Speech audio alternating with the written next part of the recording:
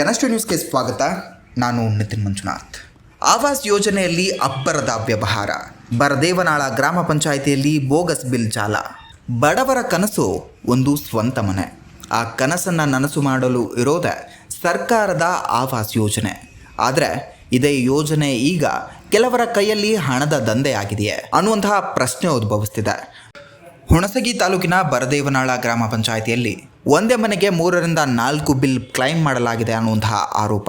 ಮನೆ ಕಟ್ಟದೇ ಇದ್ದವರ ಹೆಸರಲ್ಲಿ ಹಣ ಬಿಡುಗಡೆ ಮಾಡಲಾಗಿದೆ. ಬಿಲ್ ಮಾಡಿಸಿಕೊಡಲು ಲಂಚ ಕೇಳ್ತಿದ್ದಾರೆ. ಪ್ರಶ್ನೆ ಕೇಳಿದರೆ ಬೆದರಿಕೆ ಹಾಕಲಾಗುತ್ತೆ ಅನ್ನುವಂತಹ ಆರೋಪಗಳು ಕೇಳಿಬರ್ತಿದೆ. ಈ ಎಲ್ಲ ಆರೋಪಗಳಿಗೆ ಸಂಬಂಧಿಸಿದಂತೆ ನಮ್ಮ ಬಳಿ ವಿಡಿಯೋ ಸಾಕ್ಷಿಗಳು, ಗ್ರಾಮಸ್ಥರ ಹೇಳಿಕೆಗಳು ಮತ್ತು ಅಧಿಕಾರಿಗಳ ಪ್ರತಿಕ್ರಿಯೆಗಳಿವೆ. ಈ ಎಲ್ಲ ವಿಚಾರಗಳನ್ನು ನೋಡೋಣ ಈ ಒಂದು ವರದಿಯಲ್ಲಿ.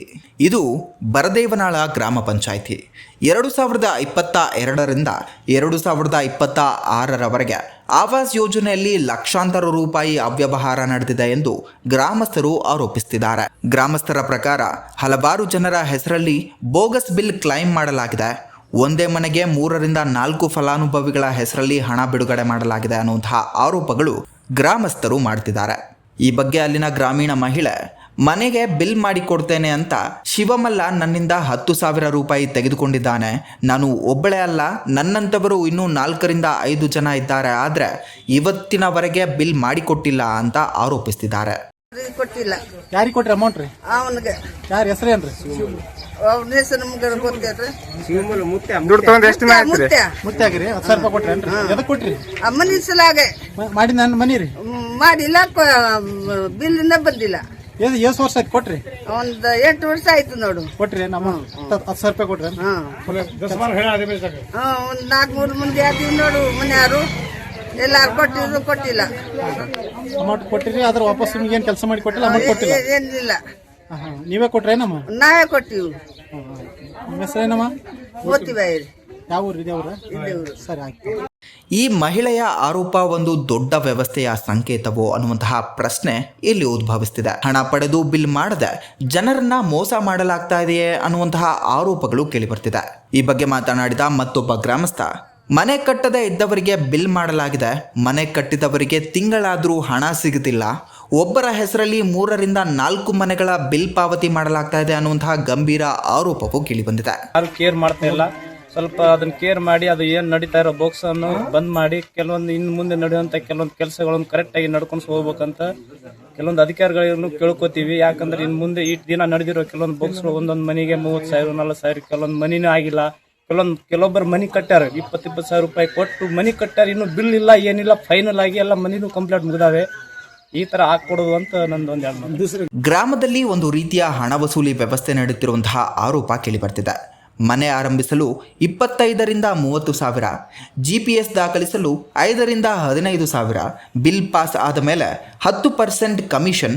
ದುಡ್ಡು ಕೊಡದಿದ್ರೆ ಕೆಲಸವೇ ಆಗುವುದಿಲ್ಲ ಎಂಬುದು ಗ್ರಾಮಸ್ಥರ ಆಕ್ರೋಶವಾಗಿದೆ.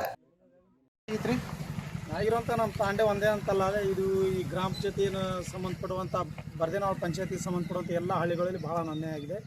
ಅದು ಒಂದಂತಲ್ಲ, ಮುಂಚೆ ಇನ್ನೊಂದು ನಮ್ಮ ಮಿಸಸ್ ಹೆಸರಲ್ಲೇ ಮತ್ತೆ 2-3 ಮನೆ ಆಗಿದೆ. ಯಾರೋ ಹೆಸರು ನಮ್ದು ಹಾಕ್ತಾರೆ, ಯಾರೋ ಬಿಲ್ ಎತ್ಕೊಂಡು ತಿಂತಾರೆ. ಇದು ಸಾಮಾನ್ಯ ಅಂದ್ರೆ ಈಸಿಯಾಗಿ ಅಂದ್ರೆ ಅಲ್ಲಿದ್ದು ಇಲ್ಲಿವರೆಗೂ ರೆಕಮೆಂಡ್ ನಡೆಸ್ಬಿಡ್ತಾರೆ. ಏನೋ ಆಗುತ್ತೆ ನಮ್ಮ ಪಕ್ಷದವನಲ್ಲ ಅವನ ಪಕ್ಷದವನಲ್ಲ ಅಂತೇಳಿ ಸುಮ್ಮನೆ ಎಲ್ಲಿ ಮುಚ್ಕೊಬಿಡ್ತಾರೋ. ಯಾವಾಗ ಬಿಲ್ ಆಗುತ್ತೋ ಮತ್ತು ಮನೆ ಯಾವಾಗ ಅಪ್ರೂವಲ್ ಆಗಿದೆ, ಮನೆ ಯಾವಾಗ ಕಟ್ಟಿದಾರೋ, ಏನು ಯಾವುದೇ ಒಂದು ಫೋಟೋ ಮನೆ ಮೇಲೆ ನಿಂತು ಫೋಟೋ ತಗೊಂಡ್ಬಿಡ್ತಾರೆ. ಅದು ಯಾವುದೂ ಗೊತ್ತಿರಲ್ಲ. ಆಮೇಲೆ ಹೇಳ್ತಾರೆ ಜನ ಇಲ್ಲಿ ಬಂದು ಆಳ್ತಾರೆ ಎಲ್ಲ, ಅವ್ರ ಮುಂದೆ ಮಾತಾಡೋಕ್ಕಾಗಲ್ಲ. ಮತ್ತು ಅಲ್ಲಿ ಹೋದ್ರೆ ಏನೋ ಒಂದು ಕೆಲಸ ಆಗ್ಬೇಕಂದ್ರೆ ಅವ್ರು ದುಡ್ಡು ಕೊಡದೆ ಅಂತೂ ಏನೂ ಆಗಲ್ಲ. ಸ್ಟಾರ್ಟಿಂಗ್ ನಮ್ಗೆ ಒಂದು ಮನೆ ಬೇಕಂದ್ರೆ 25,000 ನಾವು ದುಡ್ಡು ಕೊಡ್ಬೇಕು ಅವರಿಗೆ. ಎಷ್ಟು ಅಮೌಂಟ್ ಎಷ್ಟು ಕೊಡ್ತೀರಿ? 20,000 ರೂಪಾಯಿ ಕೊಟ್ಟು ಮನೆ ಹಾಕ್ಸ್ಬೇಕು. ಯಾರಿಗೆ ಕೊಡ್ತೀರಿ ಅಮೌಂಟ್? ಇಲ್ಲಿ ಒಬ್ರು ಬಿಲ್ ಕಲೆಕ್ಟ್ ಅಂತಿದ್ದಾರೆ. ಹೆಸರು ಹೇಳ್ಕರ್, ನಿಜ ಹೇಳ್ರಿ. ಯಾಕಂದ್ರೆ ನಾವು ಅಲ್ಲಿಂದ ಯಾದಗಿರಿ ಬಂದಿಗೆ ನಾವು ನಿಮ್ಗೋಸ್ಕರ ಬಂದಿವ್ರಿ. ಕರೆಕ್ಟ್ ಹೇಳ್ಬೇಕು. ಏನೇನು ಅನ್ಯಾಯ? ಶಿವಮಲ್ಲು ಅಂತ ಹೇಳಿ. ಶಿವಮಲ್ಲು 20,000 ರೂಪಾಯಿ ತೊಗೊಂಡ 20,000 ಮನೆಗೆ ತಗೋತಾರೆ. ಮತ್ತೆ ಆಮೇಲೆ ಬಿಲ್ ಆದಂಗೆಲ್ಲ 10% ಮತ್ತೆ ಎಕ್ಸ್ಟ್ರಾ. ಏನು 10% ಎಷ್ಟು ಕೊಡ್ತೀರಿ? 10% 1 ಲಕ್ಷ. ಈಗ 50,000 ಆದ್ರೆ 5,000, 1 ಲಕ್ಷಕ್ಕೆ 10,000, 2 ಲಕ್ಷ ಆದ್ರೆ 20,000, ಅದು ಎಕ್ಸ್ಟ್ರಾ ಆಗುತ್ತೆ. ಒಂದೇಳು ಅಮೌಂಟ್ ಕೊಡ್ಲಿಕ್ಕೆ ಬಿಲ್ ಸ್ಟಾಪ್ ಮಾಡ್ತಾರೆ? ಇಲ್ಲ, ಸ್ಟಾಪ್ ಆಗಿದೆ. ಕೆಲವೊಬ್ಬರು ಸ್ಟಾಪ್ ಆಗಿದೆ. ಇಂಥ ತುಂಬಾನೇ ಅನ್ಯಾಯ ಇದೆ ಸರ್. ಮುಂಚೆ ನಾನು ಇಲ್ಲ ಇದೇ ತರ ಒಂದ್ ಸ್ವಲ್ಪ 4 ಮಾತಾಡಕ ಇದು ಶುರು ಮಾಡಿದ ನಾನು ಎರಡು ಮನೆ ನಾನು ಬಾಕ್ಸ್ ಯಾರ್ಯಾರು ಎತ್ಕೊಂಡ್ ತಿನ್ಬಿಟ್ರು. ನಾವು ಮನೆಯವ್ರು ಹೋಗದೆ ಇದನ್ನ ಮಾಡ್ಕೊಟ್ರೆ ಮತ್ತೆ ಈಗ ನಾನೇ ಅವ್ರ ಕೈ ಕಾಲು ಹಿಡಿದು ಮತ್ತೊಂದು ಮನೆ ಮಾಡ್ಸ್ಕೊಂಡು ಮಾಡ್ತಾ ಇದ್ದೀನಿ. ಇನ್ನೂ ಬಿಲ್ ನಿಂತಿದೆ, ಇನ್ನು ಕೆಲಸ ಆಗಿದೆ. 2 ಮನೆ ಬಿಲ್ ತಂದಿದ್ದು ಯಾವ ಇಸ್ಬೇಕಾದ್ರು ನಿಮ್ಮ ಹೆಸರು? ನನ್ನ ಹೆಸರು ಬಾಲಚಂದ್ರ ಅಂತ, ಬಾಲಚಂದ್ರ ತಿರುಪತಿ ಜಾಧವ್ ಅಂತ. ನಾನು ಇಲ್ಲಿ ವಾಸ ಮಾಡ್ತಿರೋದು ಎರಿಕ್ಯಾಳ ತಾಂಡದಲ್ಲಿ. ಏನು ಅದಕ್ಕೆ ನಾ ಏನು ಮಾತಾಡಿದ್ರೆ ಅಂತ ಸ್ವಲ್ಪ ಏನೋ ಮಾತಾಡೋ ಹೋಗ್ತೀವಿ ಸರ್ ಅವ್ರಿಗೂ ಕಣ್ಣಲ್ಲಿ. ಆದ್ರೆ ಯಾವುದೂ ಈಗ ಎನ್ಕ್ವೈರಿ ಮಾಡೋ ಆಫೀಸರ್ಗಳು ಕೂಡ ಯಾವುದೂ ಕರೆಕ್ಟಾಗಿ ಮುಂದೆ ಹೋಗಲ್ಲ. ಇಲ್ಲೇ ಮಧ್ಯವರ್ತಿಗಳು ಏನೋ ಒಂದಿಷ್ಟು ಡೀಲ್ ಮುಗಿಸ್ಬಿಡ್ತಾರೆ, ಅವ್ರಿಗೆ ದಾಟಿ ಬಿಡ್ತಾರೆ. ನಮ್ಮಂತವ್ರು ಸುಮ್ಮನೆ ಕಣ್ಣಲ್ಲಿ ಸಿಕ್ಕೊಂಡು ಇಲ್ಲಿ ಎಲ್ಲ ಅಂತ ನಾವು ಸುಮ್ಮನೆ ಕೈ ಬಿಟ್ಟಿದ್ವಿ ಒಂದಲ್ಲ. ಇನ್ನು ಈ ಎಲ್ಲ ಆರೋಪಗಳ ಕೇಂದ್ರ ಬಿಂದು ಗ್ರಾಮ ಪಂಚಾಯಿತಿ PDO ಪ್ರೇಮಾ ಎಸ್ ರಾಥೋಡ್. ಇವರ ವಿರುದ್ಧ ಹಲವಾರು ಆರೋಪಗಳು ಕೇಳಿಬರ್ತಿದೆ. ಹಲವಾರು ಗ್ರಾಮಸ್ಥರ ಹೆಸರಲ್ಲಿ ಬೋಗಸ್ ಬಿಲ್ ಕ್ಲೈಮ್ ಮಾಡಲಾಗಿದೆ. ಒಂದೇ ಮನೆಗೆ 3 ರಿಂದ 4 ಫಲಾನುಭವಿಗಳ ಹೆಸರಲ್ಲಿ ಹಣ ಬಿಡುಗಡೆ ಮಾಡಲಾಗಿದೆ. ಯಾವುದೇ ಕೆಲಸ ಆಗಬೇಕಾದ್ರೆ ಹಣ ಕಡ್ಡಾಯ ಎಂಬ ಆರೋಪ. ಮನೆ ಆರಂಭದಿಂದಲೇ ಕಮಿಷನ್, ಬಿಲ್ ಪಾಸ್ ಆದ ಮೇಲೆ ಮತ್ತೆ ಹಣ. ಪ್ರಶ್ನೆ ಕೇಳಿದ್ರೆ ಗ್ರಾಮಸ್ಥರಿಗೆ ಪೊಲೀಸ್ ಕೇಸ್ ಹಾಕುವಂತೆ ಬೆದರಿಕೆ ಹಾಕಲಾಗಿದೆ ಎನ್ನುವಂತಹ ಗಂಭೀರ ಆರೋಪಗಳು ಈಕೆಯ ವಿರುದ್ಧ ಕೇಳಿಬರ್ತಿದೆ. ಸರ್ ನಿಮ್ಮ ಗ್ರಾಮದಲ್ಲಿ ಏನೇನು ಸಮಸ್ಯೆ ಇದೆ ಅದು ಒಂದು ಕೆಲಸ ಆಗಿಲ್ಲ ಸರ್. 1 ಲಕ್ಷ ರೂಪಾಯಿ ಬಿಲ್ ಎತ್ತಾರೆ, ಫಿಟ್ಟಿಂಗ್ ಮಾಡಿಲ್ರಿ ಶಾಲಿಗೆ. ಏನ್ರಿ ಇಲ್ಲಿ ಗೌರ್ಮೆಂಟ್ ಶಾಲೆ ಐತಿ, ಅಲ್ಲಿ ಒಂದು ಲೈಟ್ ಹಾಕಿಲ್ಲ. 1 ಲಕ್ಷ ರೂಪಾಯಿ ಬಿಲ್ ಎತ್ತಾರೆ. ಬೇಕಾದ್ರೆ ಹೋಗಿ ನೋಡ್ಕೊಂಬರ ಮಾದ್ರೆ. ಒಂದು ಲೈಟ್ ಇಲ್ಲ. ಮತ್ತೆ ಗ್ರಂಥಾಲಯಕ್ಕೆ ಅದಕ್ಕೆ 50,000 ಇತ್ತಾರೆ. ಇಲ್ಲೇ 50-60 ಹಿಂಗೆ ಇಟ್ಟಾರೆ ಚರಂಡಿಗೆ. ಅವರು ಪಂಚಾಯತಿ ಪ್ಯೂನ್ಗಳ ಕಡೆ ತೆಗಿಸಾರ, ಬಿಲ್ ಎತ್ತಿ ತೊಗೊಂಡ್ರ ಅಮ್ಮರು, ಅವ್ರು PD ಮೇಡಮ್ ಅವ್ರು. ಮತ್ತೆ ಅಭಿವೃದ್ಧಿ ಆಗಂದ್ರೆ ಹೆಂಗೆ ಆಗ್ತದೆ ಪಂಚಾಯತಿಯಾಗ? ನೀವು ಯಾಕೆ ಸುಮ್ಕೂತ್ರಿ? ಹೇಳಿದ್ರೆ ಫೋನ್ ರಿಸೀವ್ ಮಾಡಲ್ರಿ, ಫೋನ್ ರಿಸೀವ್ ಮಾಡಲ್ರಿ. ಮತ್ತೆ ಏನಂತ ಮಾತಾಡೋಣ? ಯಾರು ಕೂಡ ಮಾತಾಡೋಣ? ಎಲ್ಲರಿಗೂ ಅಕ್ಕದ ಸರ್, ಯಾರು ಜಪ್ರವೃತ್ತಿ ಎಲ್ಲರಿಗೆ ಅಕ್ಕದ್ರಿ. ಫೋನ್ ರಿಸೀವ್ ಮಾಡ್ಕ ಯಾರು ಕೂಡ ಮಾತಾಡ್ಬೇಕು ನಾವು? ಮೊನ್ನೆ ಜಾತ್ರೆ ಸಲಂದ ಇಲ್ಲಿ ಎಲ್ಲರೂ ಇಡೀ ದೈವನ ಕೂಡಿ ಹೇಳಿದ್ವಿ. ಪಂಚಾಯತಿ ಅಂಟರ್ದಾಗ ಸ್ವಲ್ಪ ಗಾಡಿ ಸಮಸ್ಯೆ ಅದಾವ, ರೋಡ್ ಸೈಡ್ ಎಲ್ಲ ಕ್ಲೀನ್ ಮಾಡಂತ ಹೇಳಿ ಹ್ಞೂ ಅಂತೇಳಿ ಒಳ್ಳೆ ಫೋನ್ ಸ್ವಿಚ್ ಆಫ್ ಮಾಡ್ರಿ. ಬೇಕಾರೆ ಕೇಳ್ರಿ, ಸಮಸ್ಯೆ ಎದುರದ ನೋಡ್ರಿ. ಬೇಕಾರೆ ಅವ್ರ ಸಮಸ್ಯೆ ಕರೀರಿ, ಹೇಳ್ತ ನಾನು. ಫೋನ್ ಯಾರು ಸ್ವಿಚ್ ಆಫ್ ಮಾಡ್ರಿ? ಮೇಡಮ್ ಅವ್ರು ಸ್ವಿಚ್ ಆಫ್ ಮಾಡಿದ್ರು. ನಿಮ್ಮ ಫೋನ್ ಒಟ್ಟ ರೆಸ್ಪಾನ್ಸ್ ಮಾಡಲ್ರಿ. ಮತ್ತೆ ಬೇಕಾದ್ರೆ ಕಾಲ್ ರೇಟ್ ಅಂತ ತೋರಿಸ್ಬಿಡ್ತೇನೆ ನಾನು. ನಮ್ಮಲ್ಲಿ ಸರ್ ಪಬ್ಲಿಕ್ ಹೇಳ್ಬೇಕು. ಅಲ್ಲ ಹೇಳಕತ್ತೀನಲ್ರಿ. ಅಷ್ಟೇ ಅಲ್ಲದೆ ಗ್ರಾಮ ಪಂಚಾಯಿತಿ ಅಧ್ಯಕ್ಷರ ನಕಲಿ ಸಹಿ ಬಳಸಿ ಹಣ ದುರುಪಯೋಗ ಮಾಡಲಾಗಿದೆ ಎಂಬ ಆರೋಪವೂ ಕೇಳಿಬರ್ತಿದೆ. ಇಷ್ಟೆಲ್ಲ ಸಾಲದು ಎಂಬಂತೆ ಪಂಚಾಯಿತಿ ಕೆಲಸಗಳನ್ನು ಖಾಸಗಿ ವ್ಯಕ್ತಿಯಿಂದ ಮಾಡಿಸಲಾಗ್ತಾ ಇದೆ. ಕಾರ್ಯದರ್ಶಿ ಬಸಪ್ಪ ಮತ್ತು ಬಿಲ್ ಕಲೆಕ್ಟರ್ ಶಿವಮಲ್ಲ ಕೂಡ ಈ ಅವ್ಯವಹಾರದಲ್ಲಿ ಭಾಗಿಯಾಗಿದ್ದಾರೆ ಅಂತ ಗ್ರಾಮಸ್ಥರು ಆರೋಪಿಸುತ್ತಿದ್ದಾರೆ. ಈ ಪ್ರಕರಣದಲ್ಲಿ DO ಛಾಯಾ ದೇಶಪಾಂಡೆ ಅವರು ಪ್ರಮುಖ ತಿರುವನ್ನು ಕೊಟ್ಟಿದ್ದಾರೆ. ಗ್ರಾಮ ಪಂಚಾಯಿತಿ DO ಛಾಯಾ ದೇಶಪಾಂಡೆ ಅವರು ಗಂಭೀರ ಆರೋಪಗಳನ್ನು ಮಾಡ್ತಿದ್ದಾರೆ. ನನ್ನ ಮೇಲೆ ಒತ್ತಡ ಹಾಕಲಾಗ್ತಾ ಇದೆ, ಭ್ರಷ್ಟಾಚಾರದಲ್ಲಿ ಭಾಗವಹಿಸಬೇಕೆಂದು ಹೇಳ್ತಿದ್ದಾರೆ. ನಾನು ನಿರಾಕರಿಸಿದ್ದಕ್ಕೆ ನನ್ನನ್ನು ಕಡೆಗಣಿಸಲಾಗಿದೆ. ಗ್ರಾಮ ಪಂಚಾಯಿತಿಯ ಇಂಟರ್ನೆಟ್ ಸಂಪರ್ಕ ಬಂದ್ ಮಾಡಿದ್ದಾರೆ. ಪಂಚತಂತ್ರ 2.0 ಪಾಸ್ವರ್ಡ್ ಕೂಡ ಕೊಡಲಾಗ್ತಾ ಇಲ್ಲ. ನನ್ನ ಕೆಲಸ ಮಾಡಲು ಅವಕಾಶವೇ ಕೊಡ್ತಿಲ್ಲ ಅನ್ನುವಂತಹ ಆರೋಪಗಳನ್ನು ನೀವು ಒಮ್ಮೆ ಕೇಳಿ. ಪ್ರಿಂಟರ್ ವ್ಯವಸ್ಥೆ ಕೊಟ್ಟಿಲ್ಲ. ಒಂದು ಕುರ್ಚಿ ನೋಡ್ರಿ, ನಿಮ್ಗೆ ಕುರ್ಚಿ ತೋರಿಸ್ತೀನಿ ಹಂಗ ನೋಡ್ರಿ. ಅದನ್ನ ಕುರ್ಚಿನೂ ತೋರಿಸ್ತೀನಿ. ಯಾವ್ದು ವ್ಯವಸ್ಥೆ ಕೊಟ್ಟಿಲ್ಲ. ನನ್ ಕೆಲಸ ನನಗ್ ಕೊಡನೇ ಹೋಲ್ರಿ ಒಟ್ಟ. ಯಾಕಂದ್ರ ನಾ ಪರ್ಸೆಂಟೇಜ್ ನಾ ತಿನ್ನಂಗಿಲ್ಲ, ನಾ ಕೊಡಂಗಿಲ್ಲ. ಪರ್ಸೆಂಟೇಜ್ ತಿಂದ್ರ ಕೊಟ್ರ ಕೆಲ್ಸ ಕೊಡ್ತಾರ ನೋಡ್ರಿ ಅಂತವ್ರಿಗೆ. ಈ ಪಂಚಾಯತ್ಯಾಗ ನಾವ್ ಜನ ಹಾರ್ರಿ, ಅವ್ರು ಮಾತ್ರ ದೊಡ್ಡ ಲೆವೆಲ್. ನಾವ್ರ ಹೆಸರು ಒಬ್ಬ ಮಾತ್ರ ಶಿವಮಲ್ಲ ಮೇಡಮ್, PDO ಮೇಡಮ್ ಅವರು. ಇನ್ನೊಬ್ರು ಇಲ್ಲಿ ಯಾರ ಅವ್ರ ಹೆಸರು ಹೇಳಿ ಹೋಗಂಗಿಲ್ರಿ. ಸಿಟ್ಟು ಭಯಂಕರ ಬಂದದ್ರಿ, ಸಿಟ್ಟು ಭಯಂಕರ ಬಂದದ. ಡೈಲಿ ಅಷ್ಟೇ ಬಂದ್ ಕೂತ್ ಹೋಗ್ತಿನ್ರಿ ನಾನು. ಡೈಲಿ ಅಷ್ಟೇ ಒಂದ್ 15 ದಿನ ಜಗಳ ಆಡಿದ್ನ. 15 ದಿನ ನಾನು ಪಂಚಾಯತ್ ಆಫೀಸ್ಗೆ ಹೋಗಿ ಬಂದಿದ್ದಿಲ್ರಿ. ನನ್ ಹೆಸರು ತಗದ ಹಾಕಿದ್ಲು ಇದ್ರಾಗ್ಲಿಂತ, ಪಂಚತಂತ್ರದಾಗ್ಲಿಂತ ನನ್ ಹೆಬ್ಬೆಟ್ ಕೊಡ್ಲಾರ್ದಾಗ ಹೆಸರು ತಗದ ಹಾಕಿದ್ರು ಮೇಡಮ್ ಅವರು.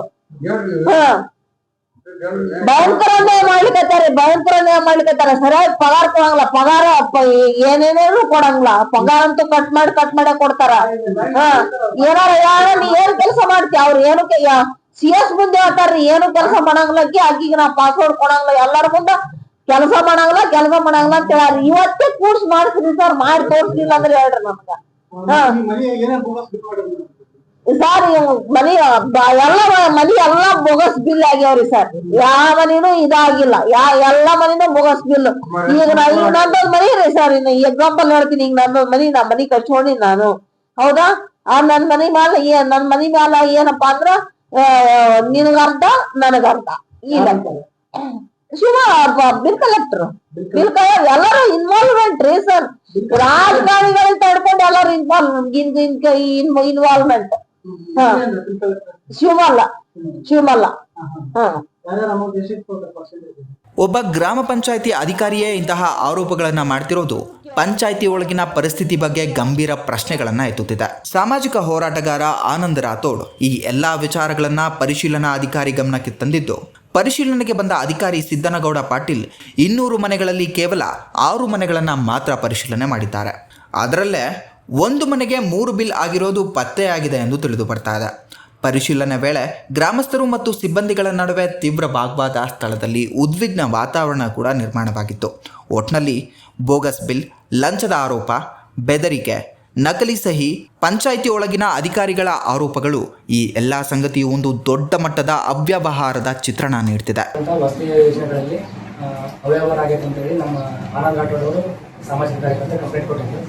ಆ ಉದ್ದೇಶಕ್ಕೋಸ್ಕರ ಮಾನ್ಯ ಮುಖ್ಯ ಕಾರ್ಯನಿರ್ವಹಣಾಧಿಕಾರಿಗಳು ಜಿಲ್ಲಾ ಪಂಚಾಯತ್ ಯಾದಗಿರಿ ನನಗೆ ಈ ಥರ ಹೋಗಿ ಇನ್ಸ್ಪೆಕ್ಷನ್ ಮಾಡಿ ರಿಪೋರ್ಟ್ ಕೊಡಂತ ಹೇಳಿದ್ರು. ಅದೇ ಥರ ಇವತ್ತು ಬೆಳಗ್ಗೆ 9 ಗಂಟೆಗೆ ಪಂಚಾಯತಿಗೆ ಬಂದು ನಮ್ಮ PDO ಜೊತೆ ಮತ್ತು ಈ ಕಾರ್ಯಾಲಯದ ಸಿಬ್ಬಂದಿಗಳೊಂದಿಗೆ ಎಲ್ಲ ಗ್ರಾಮಗಳಲ್ಲಿ ಮಧ್ಯಾಹ್ನ ಗ್ರಾಮ ಪಂಚಾಯತಿ ವ್ಯಾಪ್ತಿಯಲ್ಲಿ ಗ್ರಾಮಗಳ ವಿಸಿಟ್ ಮಾಡಿ ವಸತಿ ಯೋಜನೆಗಳ ಬಗ್ಗೆ ಸಂಪೂರ್ಣವಾಗಿ ಅಂತಂದರೆ 200 ಮನೆ ಬಗ್ಗೆ ಕಂಪ್ಲೇಂಟ್ ಕೊಟ್ಟಿರೋದು ಅವರು. ಆದರೆ ನನಗೆ ಇವಾಗ ಒಂದು 6 ಜನ ಸ್ಪೆಸಿಫಿಕ್ ಆಗಿ ಅವ್ರ ನೇಮ್ ಮೆನ್ಷನ್ ಮಾಡಿರೋದ್ರಿಂದ ಆ 6 ವಸತಿ ಮನೆಗಳನ್ನು ಪರಿಶೀಲನೆ ಮಾಡಿದ್ದೀನಿ. ಆ ಪರಿಶೀಲನೆ ಮಾಡಿ ನಾನು ನಮ್ಮ ಮಾನ್ಯ ತಾಲೂಕು ಪಂಚಾಯತಿ ಕಾರ್ಯನಿರ್ವಾಹಕ ಅಧಿಕಾರಿಗಳಿಗೆ ಇನ್ನೊಂದು ವಾರದಲ್ಲಿ ರಿಪೋರ್ಟ್ ಕೊಡ್ತೀನಿ. ಸರ್, 6 ಮನೆಗಳು ಕಂಪ್ಲೇಂಟ್ ಕೊಟ್ಟಿದ್ರ, ಅದ್ರೊಳಗೆ ಎಷ್ಟು ಬೋಕಸ್ ಆಗಿದಾವೆ, ಎಷ್ಟು ಕರೆಕ್ಟ್ ಆಗಿದಾವೆ? ಇವಾಗ ನಾನು ಇವಾಗ ಸ್ಥಳ ಪರಿಶೀಲನೆ ಮಾಡಿದ್ದೀನಿ. ಬೋಗಸ್ ಆಗಿರೋ ಬಗ್ಗೆ ಅಥವಾ ಅದು ಕರೆಕ್ಟ್ ಆಗಿದೆ ರಿಪೋರ್ಟ್ ಅಲ್ಲಿ ಮಾಹಿತಿ. ಬಡವರ ಮನೆ ಕನಸು ಹಣದ ಆಟವಾಗ್ತಿದೆಯಾ ಅನ್ನುವಂತಹ ಪ್ರಶ್ನೆ ಮೂಡ್ತಿದೆ.